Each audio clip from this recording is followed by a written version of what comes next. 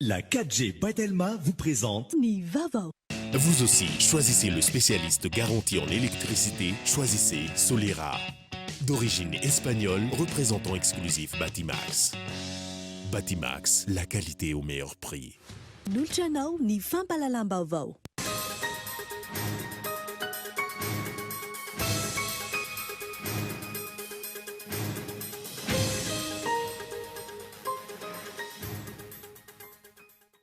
Nisaraka tsala raino raiky ny fionana teo amin'ny baren'i Madagasikara sy ny elefantany Côte d'Ivoire androany tany Tomasina. Samy manana isa fito isika sy ny Ivoirianina ao anatin'ny vondrona ka. Nafana ny fanohanana ny bare tany Tomasina na tsy nahazo natrehana aza ny lalao maro ny vahoaka ny jery izany teny amin'ny lapan'ny tanàna. Ambiance be tao izany ihany koa teo amin'ny fanizona Analakely. Miozongozana ny sezan'ireo mpikambana vitsivitsy eo anivon'ny birao maharitry ny anteny mirapirenena raha ny fanehoan-kevitry ny solombavamboaka androany. Nisy ny tsindry azo lena mahazo an'ireo solombavamboaka raha ny fanazavana azo. Anisan'ny navarina teo anatin'ny tambazotra serasera tamin'ity androany ity ny ady totoondry. Nisy teo amin'ny solombavamboaka n'Ambilobe sy ny sekretera jeneraly ny commune n'Ambilobe atao amin'ny efitrano fivoriana iray tany an-toerana. Eo amin'ny maresaka iraisam-pirenena nandravarava ao Amerika Centrale alina ny ouragan antsoina hoe Iota. Sokajiana ho catégorie 4 izy raha navoaka ny Centre national des ouragans américains. Ny adidindreo arahana ho afaka fotoana fohy.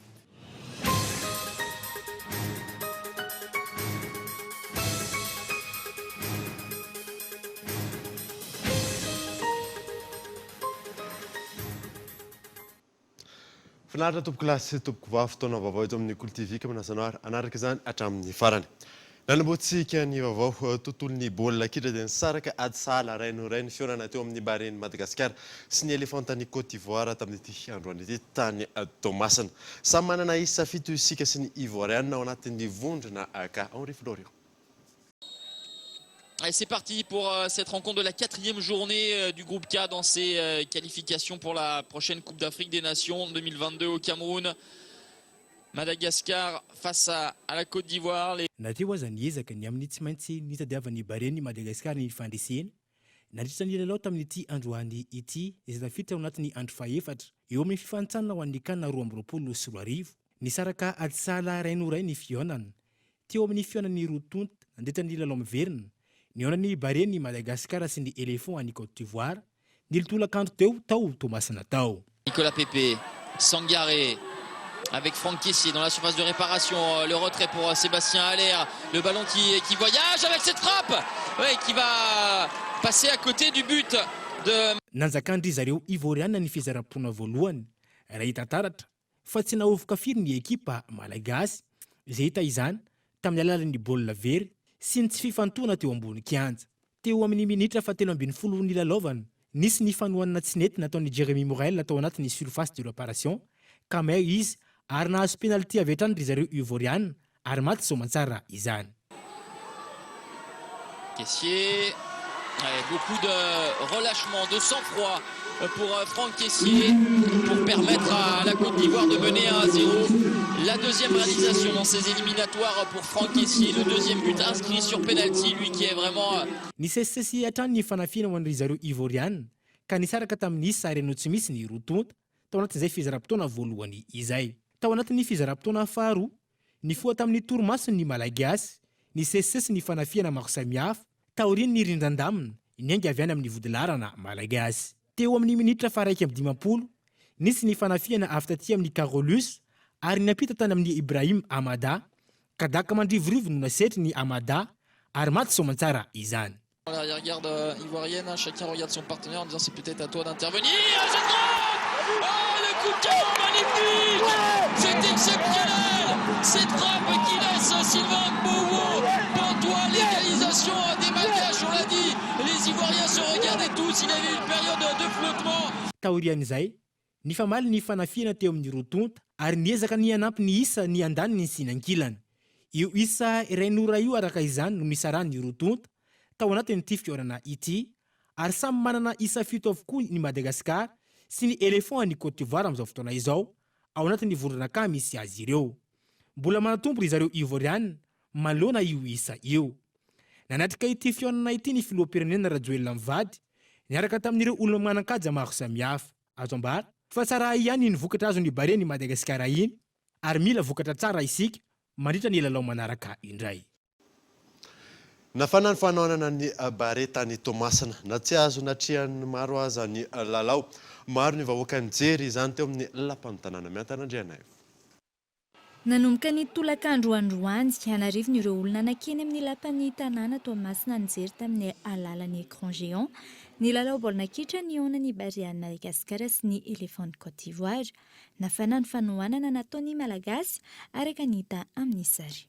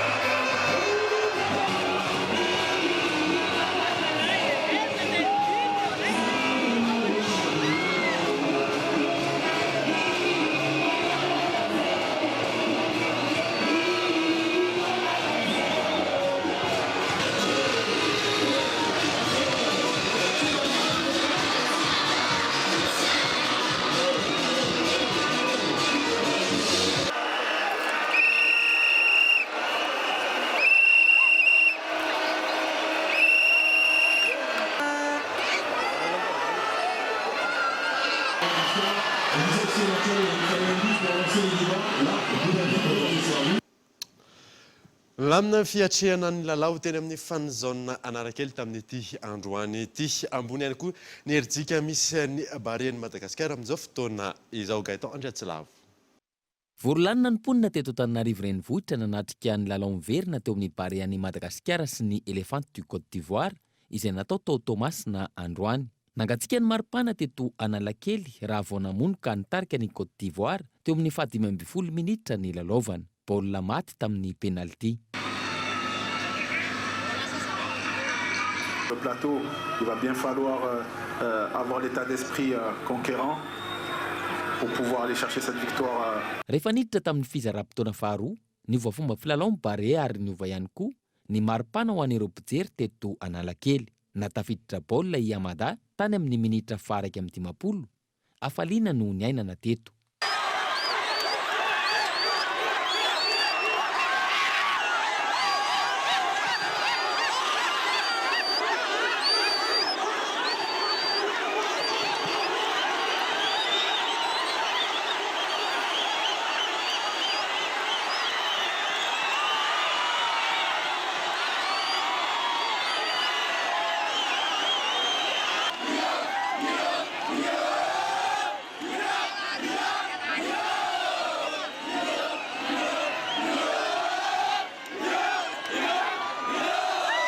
Rehefa tapitra ny lalao, nisaraka adsahala ny rotota. Ambony ny fanantenana ho antsika malagasy, hoy ireo olona nanontaniana ny heviny. Fantatra moa zany ny tamin'le baolina le deuxième mi-temps dia efa hita hoe balelaka le Côte d'Ivoire tsy mahazaka antsika izy fizika. Baolina tsanay manko le misy olona mieritreritra le mihevitra baolina taloha le hoe kely ny vatany tsy ampy sakafo hoe fahita miara-malala nefa baolina le retour izany tsy ampy sakafo ale Bare atreto aloha zany dia efa solazana hoe tsara place foana ny Bare de Madagasikara ary fahombiazana ny fanaovantsika adsala tamin'ny satria nijanona ho faharoa foana zany no tsika teto de Côte d'Ivoire voalohany zany hoe topy zany raha maharesy amin'ny Nigéria dia lasa faharoa zany hoe dika zany tsy maintsy maharesy ray amin'ny Nigéria sy Etopia amin'ny lalao manaraka zany hoe raha vao maharesy ray amin'ireo foana tsika dia lasa miaraka tapakatra manokanina foana zany hoe mirary fahombiazana zao any Bare de Madagasikara dia misaotra amin'ny Madagasikara ny malagasy rehetra nanohana misaotra amin'ny fitondrafantsary saky hitanezaka fanohanana Bare. fa azontsika aloha zany ny farafaratsiny dia tsara efa tsara ny position misy antsika aza dia fa Côte d'Ivoire zany anisan'ny mpilalao anisan'ny sangany zany eto Afrika dia raha ny point misy antsika koa zany mazava azy dia efa mety any amin'ny deuxième position misy antsika dia mety aloha zany zao ary ny espoir zany be dia be zany ny fanantenana hoe ho tafiakatra zany tsika amin'ity deuxième fois indray zany ny kanina amin'ity efa be dia be ny espoir. Nafinaritra dia nafinaritra mihitsy zany ny phase deuxième zala satria tamin'ny deuxième mi-temps zany izy nanova teknika mihitsy fa zany hoe baolina miboribory fa raha ny tena izy tokony nahita but maromaro ihany tsika fa raha fakeliny teo amin'ny 3-1 teo dia mahafinaritra dia toy izy fa any amin'ny 2021 mars indray zany tsika avy sotra indrindra zany any filoham-pirenena aloha tonga nanatrika tany mihitsy izy mivady tena nanentana nafafalifaly mihitsy zany ny ty baolina rehetra hoe tena tanora tokoa le filoham-pirenena afaka manohana tanora toa azy. Tena hoe nafapo aloha na dia hoe seka ataotra kely fa zao lasa faly be tena lasa faly tena misaotra mivaka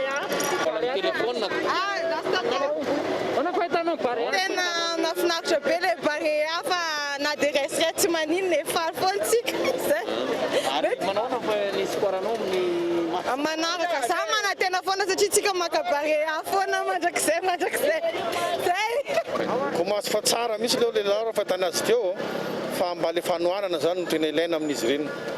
Tsy mety misy ihany ny lesoko kely nefa avy eo miarina ihany izy avy eo miankina amin'ny entraîneur moa io tanareo tamin'ny voalohany tsika fa deuxième temps misy fivoahany le lalao baria dia ireny nivokatra tsara ohatran'ireny. Ona fanantenana kanina 2022 tafaka samy kanina tsika tafiditra ao mihitsika ka tsisy atahorany momba an'izay. Encouragement kely ary ny équipe tsika tany. Ho an'ny baria manokana aloha dia courage tonga atsika ny any amin'ny kanina. Alefa baria. Lafim-baovao hafa kosa indray dia miozongozana ny sezan'ireo mpikambana vitsivitsy eo anivon'ny Brao-maritry ny antenimieram-pirenena raha ny faneho-kevitry ny solombavamboaka tamin'ity androany ity. Misy ny tsindry azo lena mahazo ireo solombavamboaka raha ny fanazavana azo Henri Florian. Taorian'ny fandraisana fanapahan-kevitra ny amin'ny hanemorona ny fandiniana ireo antotan-taratasy izay nalefa ny HCJ teo anatrehan'ny solombavamboaka androany nangataka fivoriana ao ikilo ny solombavamboaka ny Madagasikara voafidy tao Betroka handinina mahakasika ny fangatahan'izy ireo sy ny mahakasika ny lafi ny arabola ny antenimieram-pirenena. Nanday izany ny maro anisa teo anivon'ny solombavamboaka teny an-toerana. Misy toe-javatra tsy milamina ao amin'izy ireo raha ny fanazavana azo avy amin'ny solombavamboaka ny Betroka. Fa izay aby zany hoe ny ato ny avokavoky ny Madagasikara atao savineto ny politika. Ka raha vao ny ato zany azanao misy zavatra sy mipasy zavatra sy mandeha ny ato azanareo. Raha sy milamina tsara zany ato azanareo dia ahoana moa no andamina ny ivelany.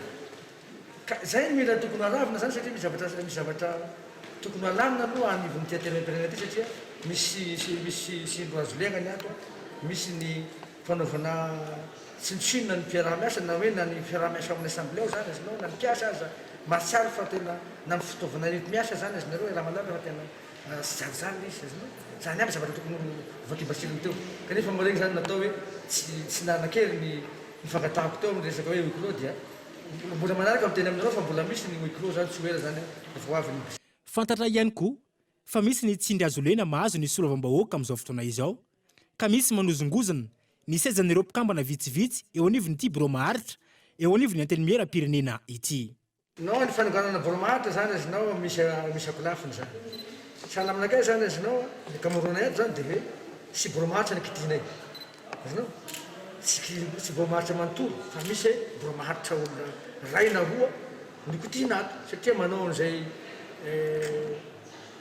fandigata lalamopapana zay moa angatany foana amin'ny inspecteur d'état zany mba hiteko ny misy ny inspection générale andeha hanao adiady amin'ny fotony mikasika ny zavatra zay satria efa fantatsika e zany angatany amin'ny inspecteur d'état zany zavatra zay hoe tokony sy fanadiadia indrindra ny bianco anatsiady eo amin'izany assemblée nationale zany dia misy zavatra tokony jerevana ndraiky zavatra zay. Efa misy zany fanaovana tsindry mahakasika an'izay zavatra zay. Hitanareo mandaranao izy hitanareo fa misy zavatra. Andrasana araka izany ny toy ny raharaha izay tsy mampifankahazy ireo solombavamboaka eo anivon'ny antenimieram-pirenena ity izay mihitatra hatramin'ny fanangonan-tsony hanala ireo mpikambana vitsivitsy eo anivon'ny Brao-maharitra. Miembotra amin'ny fotoana manaraka indray vao iroso amin'ny fandiniana ireo antota taratasy miisa 4 amin'ireo 12 tonga eo ampelantanan'ireo solombavamboaka mandrafitra ny commission de mise en accusation. Mampametritra panontaniana ny mpanara-baovao arak'izany ny fomba fiasan'ireo solombavamboaka fanadina. Araka ny fantatra ao anatin'ny tetiandrom-pivoriana ny antena mira-pirenena ao anatin'izao fivoriana ara-potoana izao. Androany no tokony ny roso teo anatrian'ny fivoriam-be azony be sy ny maro atrehana. Ireo antota taratasy miisa 4 amin'ireo 12 tonga eo ampelantanany ny vomiera manokana misana ny fiampangana eo anivon'ny antena mira-pirenena. Antota taratasy izay mahavoasaringotra olona ambony teto amin'ny firenena ho nanao kolikoly sy fanodikodiana mbola mpanjakana nalefa ny ACJ eny anivon'ny komisiona misana ny fiampangana manoloana ny fitsarana avo na ny commission de mise en accusation eo anivon'ny antena mira-pirenena izay. Niemotra tamin'ny ora farany izany androany raha ny zavanisy tena ny CCI ivato. Nangataka ny hanemorana izany ireo mpikambana mandrafitra ny komisiona. Taorin'izay dia nomeny mpapakateny ny fitenenana mba hitondrana fanazavana bebe kokoa mikasika izany asa izany. Nambarany izy fa sarotra ny asa satria mila fijerena manokana ireo antota taratasy maro ary noho ny pitsopitsony izay tsy maintsy mbola natao dia tsy maintsy nahemotra ity fivoriana ity. Araka izany dia nanome sosikevitra izy amin'ny hanemorana ny fotoana hanolorana ny asam-bomiera eo amin'ny fivoriam-be. Rehefa izay dia nanapa-kevitra ny vomiera ny hanemotra ny fanolorana ny vokatry ny asam-bomiera amin'ny lahadinika manaraka ary aroso izany fanapahana izany eo amin'ny fivoriam-be. Taoreo an'io fangatahana io niroso tamin'ny fandraisana fanapahan-kevitra ireo solovam-bahoaka tonga teny an-toerana ka tapaka izy ireo tamin'izany ka tapaka ny solovam-bahoaka miisa 770 tonga teny an-toerana fa hahemotra amin'ny fotoana manaraka ny fandiniana ireo antota taratasy ireo na ny solovam-bahoaka avy amin'ny IRD na ny avy amin'ny Tokotim na ireo indépendant samy nanaiky avokoa ny fanemorana izany. Dia mitodika amintsika solombavambahoaka ny tenako zany hoe ahoana ny hevitritsika iza manakolazaina amin'ny fanapahan-kevitry n'io vomiera io ilay milaza hoe akisaka izy ity satria mbola tsy tanteraka tena mbola tsy feno mihitsy ny asan'ny vomiera ka any dia ambarako fa omena fotoana vaovao izy ireo ny vomiera amin'ny tanin'ny asany fa misy fanamariana omenantsika faraka ny lalàna dia tokony ao amin'ity fotoam-pivoriana ara-dalàna ity ihany no hanoloran'izy ireo ny tatitra feno mahakasika an'ireo ianjadiny izany antota taratasy ao amin'ny fitsarana avo izany. Ny fijerena ny mahamitombona ny fitoriana sy ny fanodikodianam-bola no anjara andraikitra ny komisiona raha ny fanazavana fa miankina amin'ny fankatoavana ireo solombavambahoaka amin'ny tsangatanana izay ataony ny fanapahana ny anoizana ny fanadina ho tanterahany ACJ. Maro samihafa ireo antota taratasy ireo ka ilaina ny fanadidina lalina raha ny fanazavana. Voalohany aloha dia antota taratasy raha tsy diso 720 miisa 30 pejy. Zay ny mahakasika ny olona anankiray. Efa niezaka ihany ny mpapakateny namitina an'izay voasoratra sy voarakitra ao anatin'izany antota taratasy zany nefa mbola mitaky fotoana be dia be. Zay angamba ny azo ambara fotsiny aloha hatreto. Tsy afaka miteny satria misy ihany koa izay efa hoe ny fanarahana atao hoe tsy mamoaka tsy ambaratelo aloha izahay amin'ny hoe membre anatin'izany commission ny mise en accusation izany. Dia mbola jena tsara mbola misy koa ny fiainonan'ireo le vavolombelona sy fiatsonan'ireo le zay voakasika izany na ny mpisolo vavany.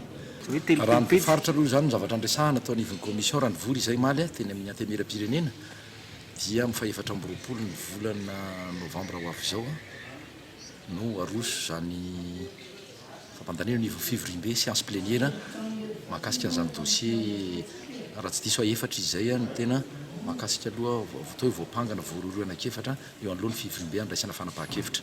Azo sokajina telo mazava tsara ireo antota taratasy fitoriana 12 voaray ny komisiona misana ny fiampangana ireo manoloana ny fitsarana avo na ny commission de mise en accusation eny anivon'ny antena mira-pirenena. Antota taratasy fitoriana izay mahavoasaringotra tompona ndraiky mpanjakana ambony nanomboka ny fitondrana tetezamita hatramin'ny fitondrana teo aloha araka ny fanazavana azo. Iemotra amin'ny fotoana manaraka araka izany, vao iroso amin'ny fandraisana fanapahan-kevitra sy fankatoavana, nisy solombavambahoaka manoloana ireo antota taratasy miisa 4 amin'ireo 20 tonga eo am-pelantanana izy ireo. Mampametra-panontaniana araka izany amin'ny hoe ahoana marina ny fomba fiasan'ny solombavambahoaka manoloana ny fanenjehana ireo nanao kolikoly teto amin'ny firenena. Hatramin'ity androany ity tsy mbola tonga eny anivon'ny anteny miaraham-pirenena ny LFI 124 manahy amin'ny izay fomba fiasa izay ireo solombavambahoaka fa nampanazavana.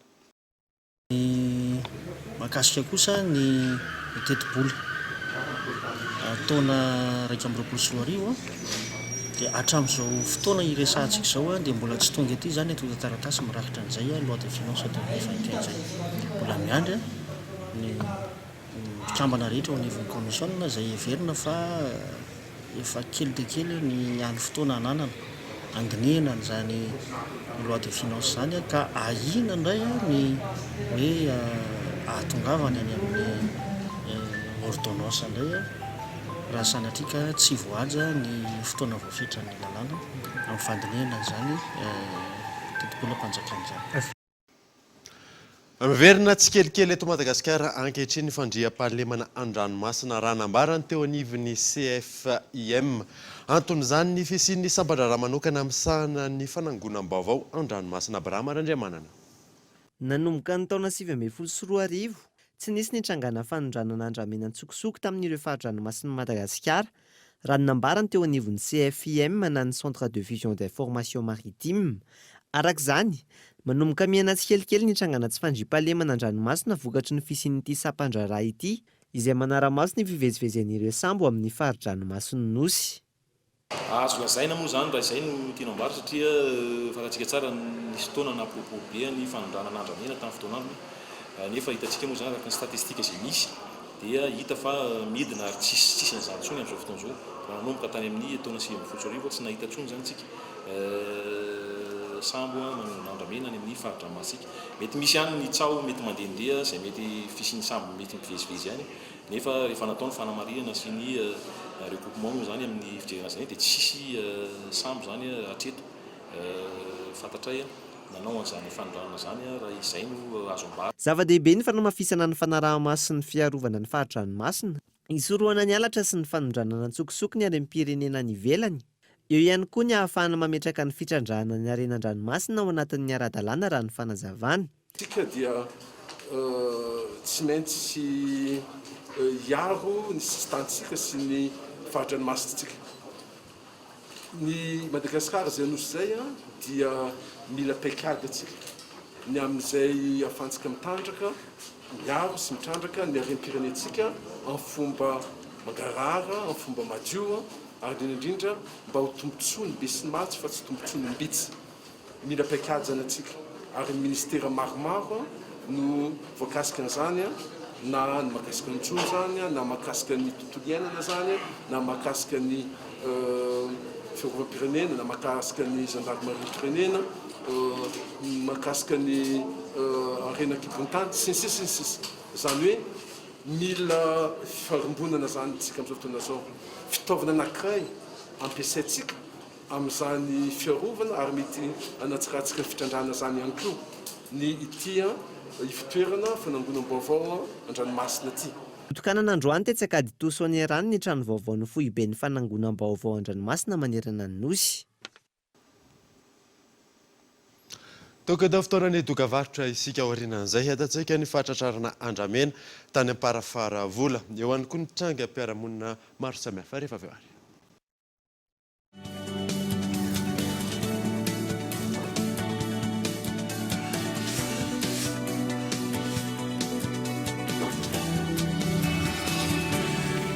Manandanja ny safidinao, safidy Anosy maitso indray any Madagasikara. Mametraka ny tetika safinday iray mira azo raha io volena Itelma. Iaraka isika andrakotra ala indray any Madagasikara amboly azo olovany taranaka any afara. Isaky ny finday Telma ray voavarotra azo ray no volena ka ho maintsy mavana ity firenena.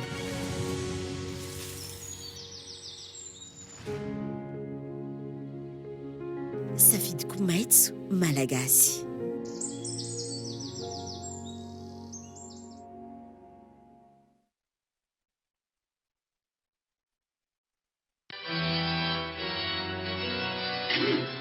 Ialao ny tsy apozina.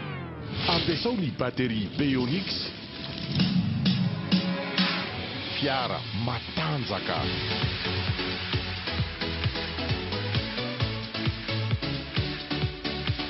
Beonix hitahirizana angovo mitondra herinaratra. Batterie tsy mila fikarakarana.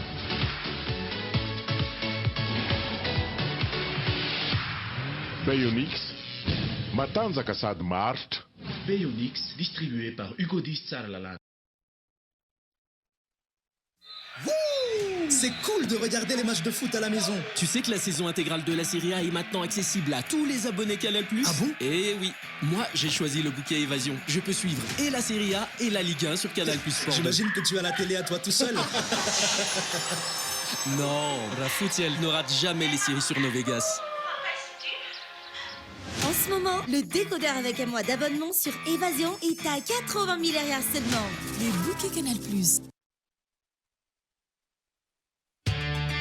Veni, vovonana eketsika ny aina mendrika salama.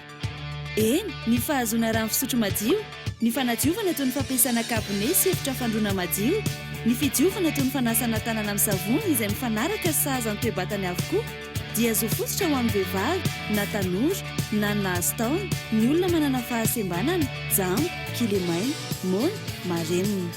Zo amin'ny maha-olom-pirenena feno azy ireo.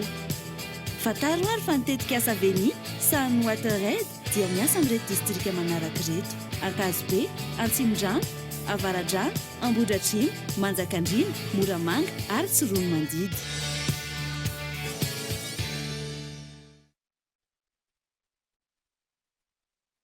Pour toutes vos installations et équipements, choisissez une marque avec certification aux normes et qualité imposée par le marché mondial. D'origine espagnole, Solera vous propose une large gamme pour toutes les catégories. Des produits soucieux de votre protection, à la fois robustes et faciles à installer, avec des composants conçus avec précision. Vous aussi, choisissez le spécialiste garanti en électricité, choisissez Solera. D'origine espagnole, représentant exclusif Batimax. Batimax, la qualité au meilleur prix.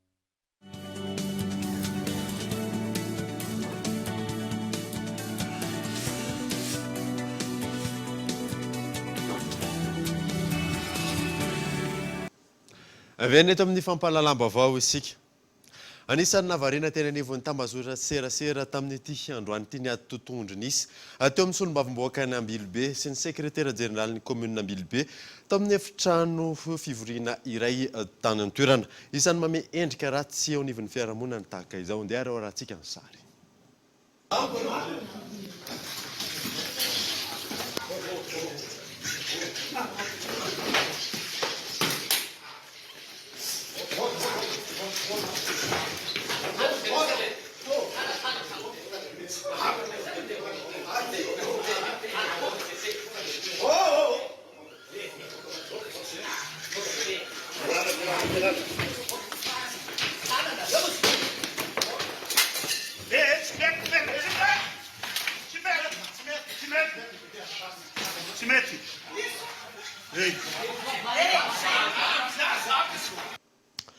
Lavy-mavao hafa kosa indray dia andramena misy 720 ny sarony mpitandro ny filaminana tao amin'ny distrika Amparafaravola Omaly. Olona roa no atao famitorana ankehitriny. Io ny nasaina. Tao anatin'ity trano mihidy ity no saron'ny polisy avy ao Amparafaravola ny bolapolana andramena misy 720 sy azo sarobidy Palisandre ary azo tsotra maro Omaly alatsinainy. Olona roa niaraka tamin'reto azo sarobidy ireto dia nisy fokotany Antanambo sy ny mpiambina ny trano no voasambotra raha mbola karohana kosa ireo namana mpiray tsy kombakomba amin'izy ireo. Tamin'io maraina vao tokony tamin'ny enina maraina dia midina tany an-toerana izay polisy avy ato amin'ny komisariat Amparafaravola nandeha nijery io toerana io. Teo moa dia efa toerana mifody fa midika danà mivaravarana ary nahita mpiambina anankiray izay dia nanontany amin'ny mpiambina io hoe aniza ty trano ty dia izy moa ny teny hoe andriamatoa Jinio izy ny tompon'ity toerana ty. dia inona ao anatin'ny trano iny iambenanao io ozy azo sarobidy reo izy dia teo moa zay dia manambara koa inona dolo ao anatiny ao firy zao tsy fantako izy fa miambina foana aizany lakle ato amiko teo dia nanao avy hatrany tatitra tamin'ny ambaratonga ny lehibenay sy ny lehibe ny fampanoavana ao Ambatondrazaka zay ka nangataka ny ordre de perquisition. Mbola karohana ny tena tompony azo raha ny fanazavana na hatrany. Anakoa ny voasambotra hatramin'izao ao anatin'ny famotohana zay fa ny olona zay voalaza tompony entanareo dia mbola ampitadiavana azy satria voafantany fa tonga tao ny polisy dia tafatsoka ireo olona hoe voanahemy tamin'ny manodidina hoe efa misy polisy hodidina ny toerana ka ao anatin'ny famotohana sy fitadiavana ireo olona tena fototry rango natonga ireo zava-drehetra nanimba ireo azo sarobidy tany am-potoana ireo satria marina etona fa kopy vaovao dolo zay kakazo voany tapahana dolo ireo gondaina bois de rose hitatsika ao eo. Nogazany Dred aloatra mangoro avy hatrany reto azo sarobidy sarona ireto ary ampiarina ny campagne tolérance zéro ireo rehetra tratra manodikodina azo sarobidy. Tanterina aminao anatin'ity fanadadiana manaraka ity kosa indray ny mahakasika ny tsenan'ny asa eto Madagasikara rampitahena amin'ireo firenena hafa eto Afrika. Fampitahena izay natao vokatry ny antotanisa izay navoakan'ny banky iraisam-pirenena sy ny Ilostat. Michel Arnardzon. Raha ny antotanisa i Soudan du Sud no firenena voasokajy ho firenena mahantra indrindra maneran-tany izay manana harika faobe $30 isan'olona. Raha ny filarana navoaka ny banky iraisam-pirenena ny taona 2024, i Nigeria kosa no mitana ny larina voalohany amin'ny firenena manan-karena indrindra eto Afrika ary manana harika faobe $7.2 miliara ny taona 2024. Raha ny antotanisa hatrany dia i Allemagne kosa indray no firenena manan-karena indrindra ao amin'ny kontinanta Europeana, manana harika faobe mihoatra ny $503 miliara. Ireo antotanisa ireo no mamoahana fampitahana amin'ny Madagasikara mikasika ny tsenan'ny asa. Manodidina ny 720 tapitrisa ny mponina eto Madagasikara amin'izao, 570 mponina eo anelanelany 12 taona hatramin'ny 420 taona no manana asa. Raha toa ka 280 n'izany ho an'ny Soudan du Sud izay firenena voasokajy ho firenena mahantra indrindra maneran-tany, 720 kosa ho an'ny Nigeria firenena voasokajy ho firenena manan-karena indrindra eo amin'ny kontinanta afrikana. Ary 100 ny mponina eo anelanelany 12 taona hatramin'ny 420 taona no manana asa ny Allemagne, firenena voasokajy ho firenena manan-karena indrindra ao amin'ny kontinanta Europeana. Mikasika ireo asa tsy azona karama sy asa tena na ny emploi vulnérable kosa indray raha ampitaina amin'ny asa misy dia 520 n'izany ho an'ny Madagasikara, 520 ihany koa an'ny Soudan du Sud, 770 ho an'ny Nigeria ary 900 ho an'ny Allemagne isan'ny firenena manan-karena ao Eropa. Eo amin'ny fivelaran'ny asa eo amin'ny sehatra isan-karazany, sehatra asa voalohany na ny sekteur primaire izay vondrona ny asa fanodinana, na ny sehatry ny fambolena sy ny fiompiana, ny sehatra asa faharoa na ny sekteur secondaire mamondrona ny asa ny anivon'ny indostria, ary ny sehatra asa fahatelo ny sekteur tertiaire na ny industrie de service. Nantotanisa raha ho an'ny Madagasikara manokana mbola mitambatra ao amin'ny sehatra asa voalohany, izany hoe ny fambolena ny 420 ny asa ataon'ny malagasy. Toraka izany ihany koa ny an'ny Soudan du Sud 450, 530 ny an'ny Nigeria raha toa ka tsy misy afa-tsy 100 ny an'ny Allemagne. Tsy misy afa-tsy 700 kosa ny ao amin'ny sehatra asa faharoa mikasika ny indostria eto Madagasikara, 420 an'ny Soudan du Sud, 20 an'ny Nigeria ary mifanohitra tanteraka amin'ny firenena manan-karena any Eropa izay 720. Isan'ny antotanisa ahafahana mamaritra ny tsenan'ny asa ihany koa ny antotanisa mikasika ny tsy fananana asa. Ho an'ny firenena mahantra indrindra maneran-tany Soudan du Sud, 20 mponina no tsy manana asa, 900 kosa ny an'ny Nigeria, 700 ho an'ny Madagasikara ary 300 ho an'ny Allemagne.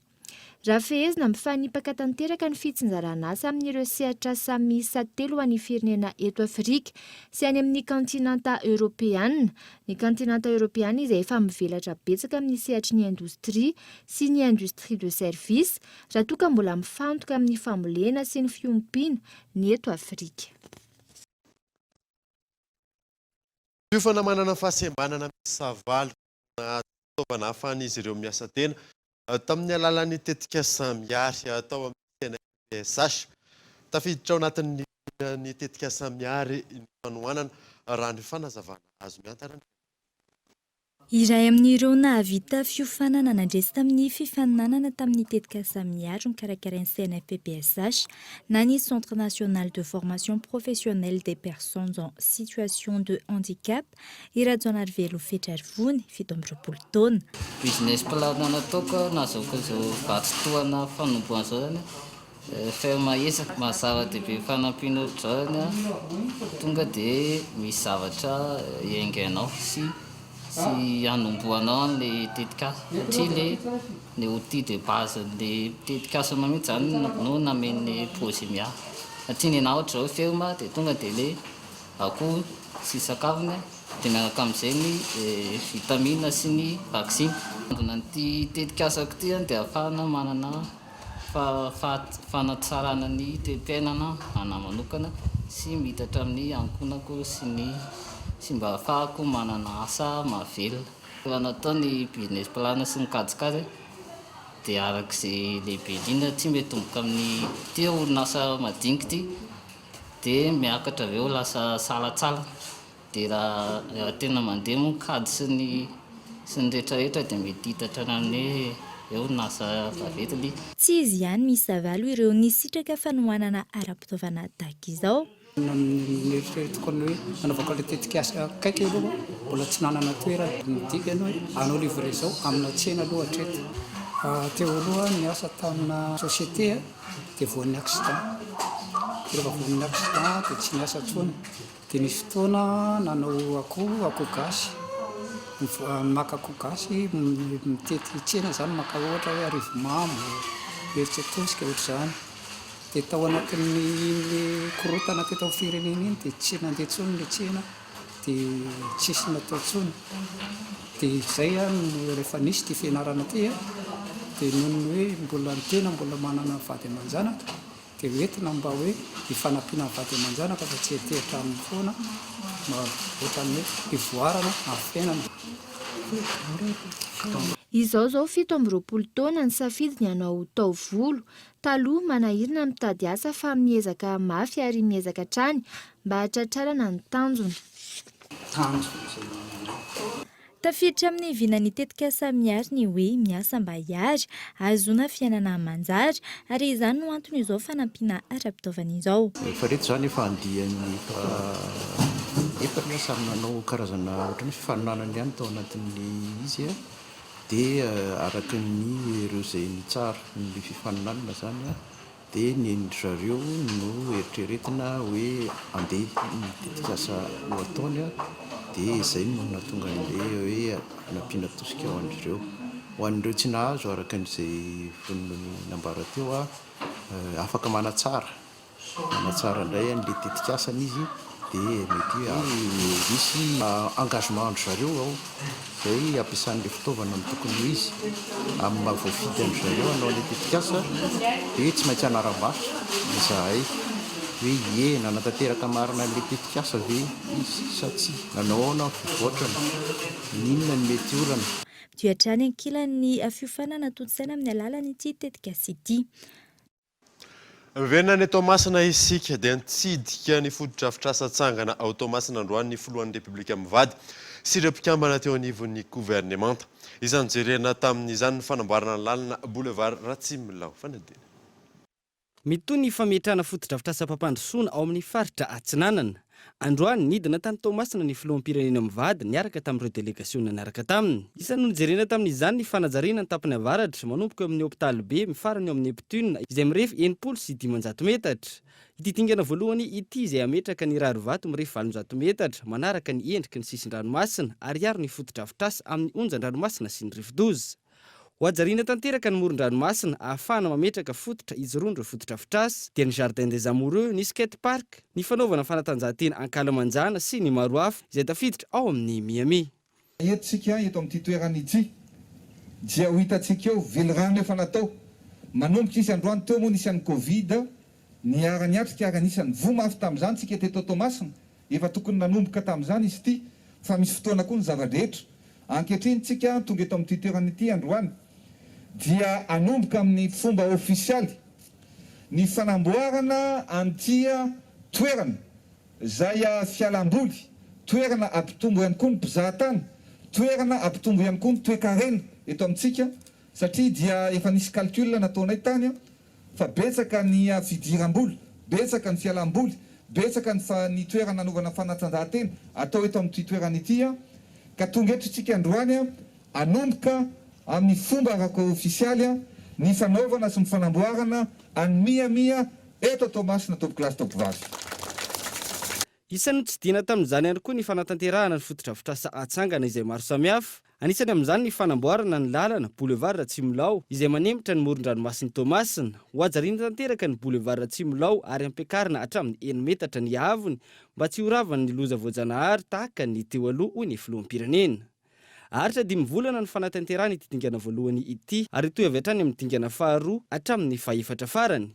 No mafisan'ny filohan'ny Repoblika fa ankoatra ny fanatsarana ny endriky ny tanànan'ny Tomasina, atsangana ny tetikasa Miami mba ho fampiroboroboana ny sehatra ny fizahantany izay fanohitra fampandrosoana ara-toe-karena eto Madagasikara.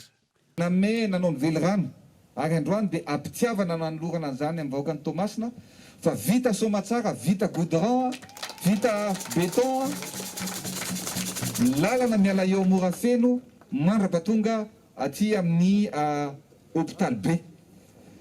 Rehefa manao zavatra tsika tsy maintsy manao zavatra tsara sy maharitra noho izany teritery ny lalana iny dia hoy izy zay hoe aleo atao lehibe mba afaka mifanena ny fiara zay ny voalohany aleo tsinjovina ihany koa ny mpandeha tongotra asiana trottoir ary fahatelo atao zao zavatra maharitra natao dia natao lalana béton midika an'izay tsy ho lalana ho simba afaka 3 volana na 1 bolana na 2 taona na 2 taona fa lalana haritra amapolo taona ny maromaro satria mendrika asa tsara mendrika asa maharitra toy izany ny vahoakan'ny Tomasina ka ampitiavana no anolorana an'izany asa vita amin'ny béton zany ho an'ny vahoakan'ny Tomasina topokilasy topokovavy. Notikanana androany ihany koa ny port académicien Tomasina izay ivitoerana anome fiofanana ireo mpiasa misehatra eo amin'ny siranana. Ankoatra ireo fiofanana teknika isan-karazany, ny PACT dia ivitoerana manara-penitra afaka mandray fivoriana sy fanakalozan-kevitra eo amin'ny samy mpisehatra eny anivon'ny siranana eto amin'ny faridranomasy ny Osianina Indiana sy Afrika Atsinanana. Taorian'ireo tonga nanohana ny ekipam-pirenena malagasy izay nifandona tamin'ny Côte d'Ivoire ny filohan'ny Repoblika mivady. Ny sata amin'ny feny inspecteur de travail sy ny tampoka rama nanomboka ny taona 14 izay tsy mbola voaray ireo amin'ny ankabeany takiny ireo inspecteur de travail manerana ny nosy izay nanomboka fitokonana tamin'ity androany ity Kaitan Andriatsila. Taoriny ny fivoriam-betsy ara-potoana ny 7 volana novambra lasa teo nanapa-kevitra fa itokonareo inspecteur de travail manerana ny nosy raha tsy mivaly ny fitakiana ataon'izy ireo. Mariana fa ny zavatra takinay dia ny amoahana amin'ny fotoana fohy ny sata amin'ny fe ny inspecteur du travail izay efa tafapetraka teny anivon'ny gouvernement efa mambolana maromaro. Taky ihany koa izahay ny andoavana ny tampokarama tokony fitrahan'ny inspecteur du travail izay efa tokony fitrahanay nanomboka ny taona 2016 nefa ny hatramin'izao dia mbola tsy tonga aty aminay izany. Mangataka ihany koa izahay ny amezana fanazavana ny antony tsy nanaovana ny fandoavana an'izay tampokaramana izay. Marianay moa fa fitakiana taona izao dia ara-dalàna satria zo ara-dalàna araky ny fifanarahana iraisam-pirenena nankatoavin'ny fanjakana malagasy laharana fa 220 sy 720 no mife anay inspecteur du travail raha resaka international no lazaina. Raha ny fanazavana ireo fifanarahana iraisam-pirenena ireo no mandrindra ny fepetra tokony ho raisin'ny fanjakana amin'ny fampiodinana ny système d'inspection de travail. Tsy handray ny asany araka izany ireto inspecteur de travail ireto raha tsy mivaly ny fangatahana. Mandra-pahatonga ny fivalian'ny fitakinay dia tsisy mandray ny asa zany izay inspecteur du travail azonay valy mahafapo izay vao mitsahatra. manaramaso mampahafantatra manoro hevitra sy mampiavana amin'ny ankapobeny no andraikitry ny inspecteur de travail. Mananjo hiditra any amin'ny orinasa izy ireo hitsirika ireo tsy fanaran-dalàna maro samihafa, na izany azy tsy tokony tanilaka haka ny atsy na omba ny aroa amin'ny asa ataony ary tsy afaka hamboraka ny tsiambaratelo ny fitarainana voaray. Fepetra takina mandritra fanatanterana ny fifidianana ny fanamafisana ny filaminam-bahoaka raha nambarana teo anivon'ny ministerany Atitany. Zava-dehibe ny fanaovana tatitra amin'ny mponina saingy tsy tokony atao fitaovana politika. Abrahama Randriamanana. Zava-dehibe ny fametrahana ny filaminam-bahoaka mandritra ny vanim-potoana hanatanterana ny fifidianana raha nambarana teo anivon'ny ministerany Atitany sy ny fitsinjaram-pahefana. Arak'izany tsy tokony atao fitaovana politika entina hanakorontanana ny filaminam-bahoaka ny demokrasia eto Madagasikara raha ny fanazavana. Tany demokratika. Fatra-panaja izany demokrasia izany isika. Nefa aoka ho fantasika rehefa izany tsy demokrasia paranany koa demokrasia. Tsika izao anatin'ny periode elektorale mialoha zao tsika le atao hoe mialoha an'ilay vanim-potoana fifidianana satria fifidianana 10 Desambra. Dia mandritry ny fifidianana ilay 10 dia aoriana. Zany hoe mialoha mandritra sy ny aoriana dia tsy maintsy tandrovona ny filaminam-bahoaka. Aoka ny politika politisianina ty tsy entina hanakorontanana sanatrin'izany fotsiny ny fiainam-bahoaka. Jereo raha hoe anao tatitra finaritra raha hoe misy tatitra atao amin'ny vahoaka izany fa efa miaina ianao to tsy tatitra nile izy. Nanamafy ny minisitra fa manana anjara toerana eo amin'ny fiainam-pirenena ny mpanohitra ary ankahalalahana ny fahafahan'izy ireo maneho hevitra ao anatin'ny fanajana ny filaminam-bahoaka. Ilaina ny mpanohitra, tena ilaina ny mpanohitra ho ahafana fa aoka anao ny asany amin'ny mampanohitra azy. Tena mpanohitra azy amin'ny mahafanana azy fa tsy anao asana olon-kafa hoe andeha hanakorotana fiainam-bahoaka sanatria tsy misy manana tombotsoa eto amin'ny firenena malagasy mihitsy raha sanatrin'izany izy korotana eto. Tsy sana tombotsoa an'izany na ny mpanohitra na ny mpitondra ary indrindrandrindra ny vahoaka malagasy. Tsy misy sakanana, tsy misy hoe sakanana teny izany ny olona eto amin'ny tany fa ny fandriampahalemana tsy maintsy hajaina sy tandrovona isika dia ao anaty demokrasia. Trangam-piarahamonina kosa indray lehilahy iray tokony 22 taona nangary posy tao anaty taksibe avy any Ivato no nitsoaka tao amin'ny reniran'ny Kopa rehefa nenjehan'ny olona. Tsy ela akory tao aorian'izay naletiky ny rano izy ka ny sapana mpamonjy-voana no naka ny razana ka atao Andriatsilavo.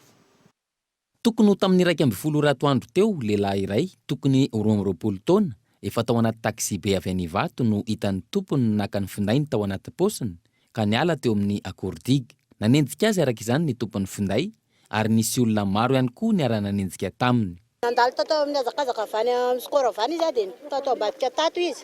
Rehefa mipita tao izy dia feno olona avany nanenjika anazy dia mipita indray izy nandeha tonga izy dia nisaoty tao anaty rano. Rehefa avy saoty tao anaty rano izy dia lasa nitoraha'ilay olona be dia be avy eto ambony tamin'ny vato. Izy saky verina nefa tsy afaka verina dia nitsona lakana izy avy mba avoty izy dia tsisy ranavitra dia io nefa rano. Hoe nangalatra telefônina zahiny izy nitenen'ireo olona reo. Tantarain'ireo olona hoe nangalatra telefônina izy ny avany. Tompon'ilay telefônina mbola nanaraka anazy avany. Le mpangalatra zany to dia niazakazaka dia nenjehan'ilay tratra. Dia nisy moto avy aty amin'ny ilany avy aty tonga dia nijanona nanakana anazy dia izy to dia niakatra tamin'ity sisiny ity dia to dia nitsoraka tany anaty rano. Dia tany anaty rano izy dia lomano teny ampovoan'ny rano teny izy dia toratorahany olona. Dia raha le filazan'ny olona mijery sasany moa dia hoe izy efa tokony hiverina fa nitorahan'ilay olona dia mbola nirosona akany ihany. Dia avy eo izy ohatran'ny hoe manavotraina satria bitabitaka ny tanany dia niletika moramora izy. Dia nandeha kely ilay kitapo niaraka taminazy izy niaraka ny kitapo mbola nisy kasibosy teny amin'ny vavany. Dia niletika izy dia tsy hita intsony avy eo. Inona ny tany nanenjehan'ny olona anazy raha nanontaniako izany ilay olona victime tamin'ilay izy dia avy nanatitra dossier tatao amin'ny tsy haiko izy amin'ny retournasy reto izy dia nandray bus dia izy tao amin'ny faharoa avy aty aoriana zany ny seza nisy an'ilay victime dia ilay mpangalatra tany afara tany alohaloha dia mivoaka ilay mpangalatra dia nalainy zany ilay telefona tao am-posin'ilay olona dia tonga izy dia mivoaka dia ilay naman'ilay olona niteny hoe azy enjehana antsony dia izy tsy nanaiky fa tonga izy dia mivoaka hony dia nanenjika an'ilay mpangalatra izy dia ilay nitantaraiko teo nijanona ilay moto mifanenana azy dia lasa izy nitsorika tany anaty rano. Rehefa izany natahotra ny tora-bato nataon'ny olona izy ary tsy afaka ny ampita teny amin'ny ilany ka naletiky ny rano. Rehefa natsona ny sampana mpamonjy voina tonga niaraka tamin'ny fitaovana fitadiavana olona maty an-drano.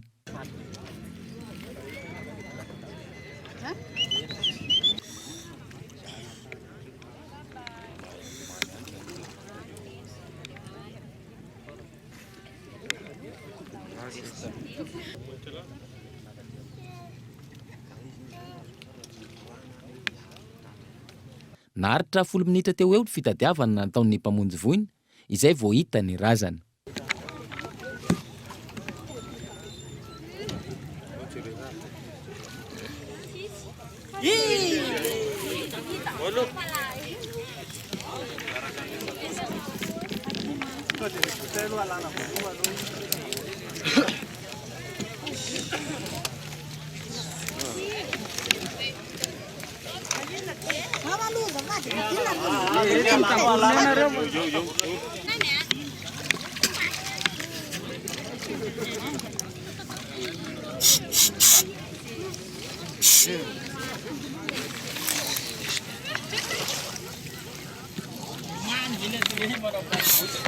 Hita teny aminy ny kitapo, vola, finday, carte bancaire ary mbola teny aminy ihany koa ny kasibosy.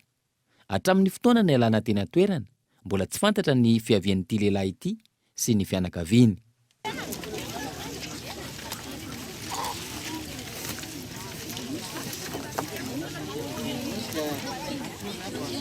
Grave koa zany fanasariny zavatra zany aizarany loharany zany.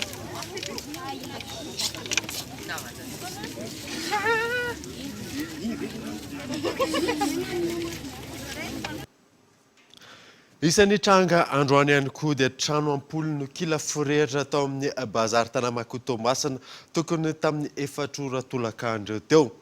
Ny ara nanomboka tamin'ny fiandohan'ny lalaon'ny Bariany firetan'ny afo miantarandriana. Tao amin'ny bazary Tanamakoto Toamasina tokony ho tamin'ny 4 ora tolakandro teo, ora izay nanombohan'ny lalao baolina kitra ny aonan'ny Barea Madagasikara sy ny Elephant Côte d'Ivoire. Trano ampoly maro no kilany afo tany an-toerana. May tsy nisy niraisina ny ankamaroan'ny entana sy trano. Ny ankabeazan'ny olona izay nandeha nijery ny lalaon'ny Barea teny amin'ny lapan'ny tanàna raha ny fitantarandreo tompontrano sy ireo nanatry maso.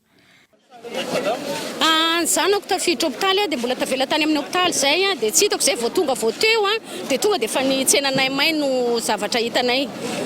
Dia tsisy tonga tsisy azo vonjena fa izy nera mba taloloha zany ny pompier tonga dia mba voavonjy any ny tsenanay. Fa zay mbola vao nivoaka hôpitaly tonga dia may ny tsena. Efa afaka adiny ray mihitsy ny pompier vao tonga dia fa tsisy raisina intsony. Tena potika tanteraka ny entana rehetrarehetra may daholy nefa zay olona vao mivoaka hôpitaly vao zao mihitsy. Laza ny lehiben'ny mpamonjy voina ao Toamasina fa vokatry ny tsy fahazakany herinaratra mamatsy ireo tsena sy ireo tokantrano maromaro nanodidina teo no nahatonga ny firehetan'ny tandrom-pianjiro. Nisy nanimba sahady ny ray tamin'ireo tsangambaton'ny Jean Fredis de Fenorivo ao ataptananan'ny Fenorivo atsinanana rano vaovao azo avany an-toerana Rivoloro. Isan'ny nahasarika mpizahan-tany hitsidika ny Fenorivo atsinanana tatoato. Ny fisian'ny tsangambaton'ny Jean Fredis de Fenorivo manoloana ny arabe ny fahaleovantena any an-toerana. Ankoatra izay, natao fakanasaro fahatsiarovana ihany koa ireto tsangambaton'ny Jean Fredis de Fenorivo ireto izay kinta ny mozika kayamba avy any an-toerana. Ny farany herinandro teo, nisy nanimba sahady ny tsangambaton'ny Dede Fenorivo miorina eo amin'ny arabe ny fahaleovantena ao Fenorivo atsinanana tapotanana ao. Agnan'ity zany izy ity zany ohatrany ny tapahana mihitsy dia sotominy. Tsy fantany nefa misy fer anatiny ao dia tsy afaka an'izany izy. dia zao zany tsika zany magnerigna amin'ny laony zany magnamboatra anazy an'ity raha ity satria mampalahelo zany izy ity moka zany araka ilay fandraisagna foagna sady vakoka le izy zany no magnamendrika tanàgnantsika. Eto zany zay zany dia mamerigna amintsika jiaby hoe izy ity zany zay nagnamboatra fa atsika jiaby zany tompony tokony sarotiny. Ary raha magaga raha ohatra zany raha olona tsy salamasaigna zany izy tsy salamasaigna zao fa raha olona salamasaigna tegna sany amin'ny teny fa mahantra toe-tsaigna zany olona zany. Mahantra toe-tsaina zany olona zany satria io an'olo jiaby izy ity dia fanimbagna ary voasikajo hoe manimba fananam-bahoaka le olona nimba ny raha ty. Taorian'ny fahasimbahana ny roa soavy hatrany tamin'ny fanarenana ireo tompon'andraikitra. Ity tsangambato ity izay sady fanomezan-danja ireo artista na vita be teto Madagasikara no manome endrika tsara ihany koa ny tanàna ny Fenorivo Atsinanana ao. Nanaoso ny fiara-miasa amin'ny fampandrosoana ny kanto eto Madagasikara ny Alliance Française sy ny Fonds de dotation HY androany tetsy andava-fanadadina. Mampiavaka antsika malagasy ny fananana zavakanto maro, tsy ampitosika nefa izany ankehitriny. Androany nanaoso ny fifanarahana ho fiara-miasa amin'ny fampandrosoana ny kolontsaina eto Madagasikara ny tale général ny Alliance Française andavamamba sy ny Fonds de donation HY. Tanjon'izy ireo ny ampivoatra hatrany ny kolontsaina malagasy. Tanjon'ny Fonds de dotation io zany hanampy ny zavakanto sy ny kolontsaina malagasy mba ho tonga fanosehana ny fampandrosoana lovain-java eto Madagasikara. Midika izay ary izay tena finoana lalina mihitsy ao anatin'ny Fonds de dotation HY hoe tsy misy fampandrosoana lovain-java raha ohatra ka tsy arenina sy omena aja ny zavakanto sy ny kolontsaina malagasy. Dia mamaly an'ilay fanontaniana amin'izay aorinan'izay hoe inona moa no mahatonga an'ilay hoe tsy mbola voatosika, tsy mbola mahavelona ny mpanakanto sy ny artiste eto Madagasikara ny zavatra ny talentany sy ny zavatra tiany atao. Dia satria zany eto Madagasikara tsy misy aloha voalohany indrindra ilay atao hoe institution. Raha mijery zao isika ny epita dia misy ny hoe Académie des Beaux-Arts, misy ny hoe École supérieure des arts. Tsy itsika mpanjifa, itsika mpijery ataontsika hoe spectacle ohatra dia tsy vonona ny andoha vola be hanosehana ireo mpanakanto ireo fa alao aloha ary marina ny antsika amin'izay fotoana izay alao aloha mamelona vady aman-janaka sy mandoha ny hetra sy mandoha ny zavatra rehetra sy maintsy hatrehana izay vao manoha an'izany zavakanto zany. Izany hoe ny tiako lazaina amin'izay hoe eo anivon'ilay fahatrantsika malagasy aloha ny antony voalohany dia ny antony faharoa dia satria tsy misy ireo institution ireo zany no professionnaliser ny mpanakanto sy ny artiste eto Madagasikara. Mijanona hatreo ny fiara-miasa ataon'izy ireo fa mbola hitohatra amin'ny fangatana fiara-miasa amin'ny fanjakana foibe ho fampandrosoana maharitra ny kolontsaina malagasy.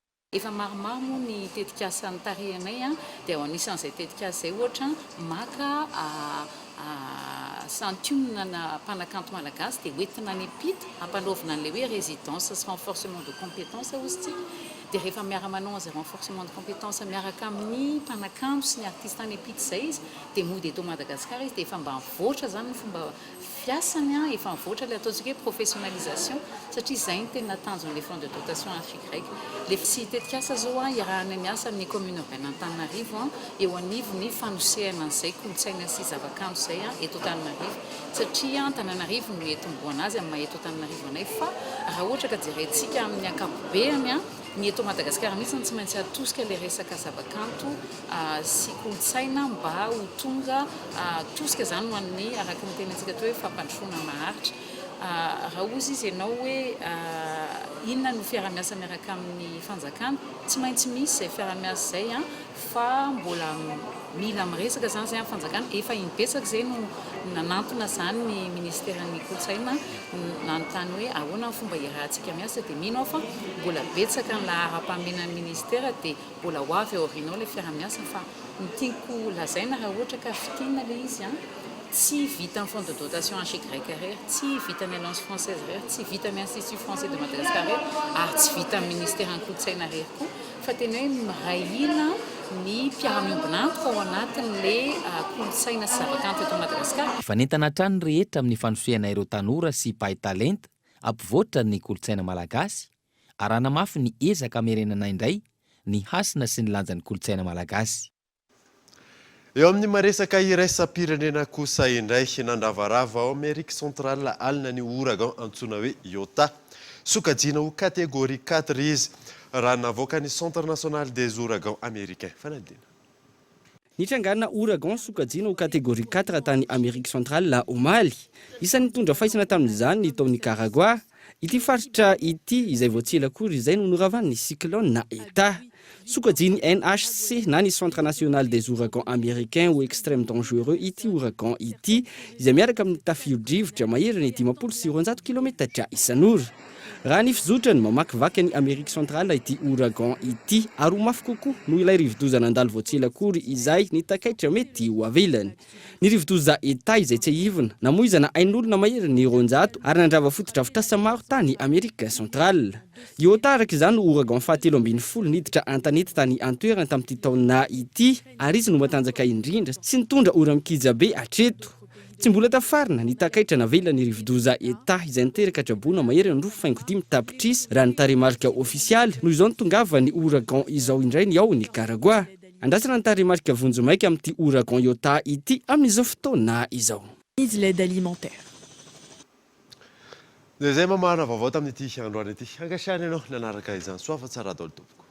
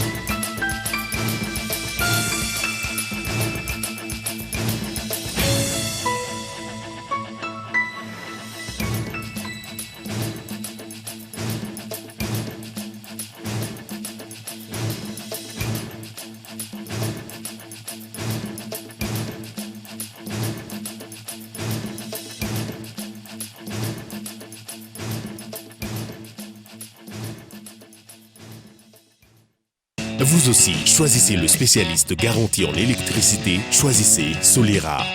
D'origine espagnole, représentant exclusif Batimax. Batimax, la qualité au meilleur prix. La 4G by Telma vous a présenté Ni Vavo.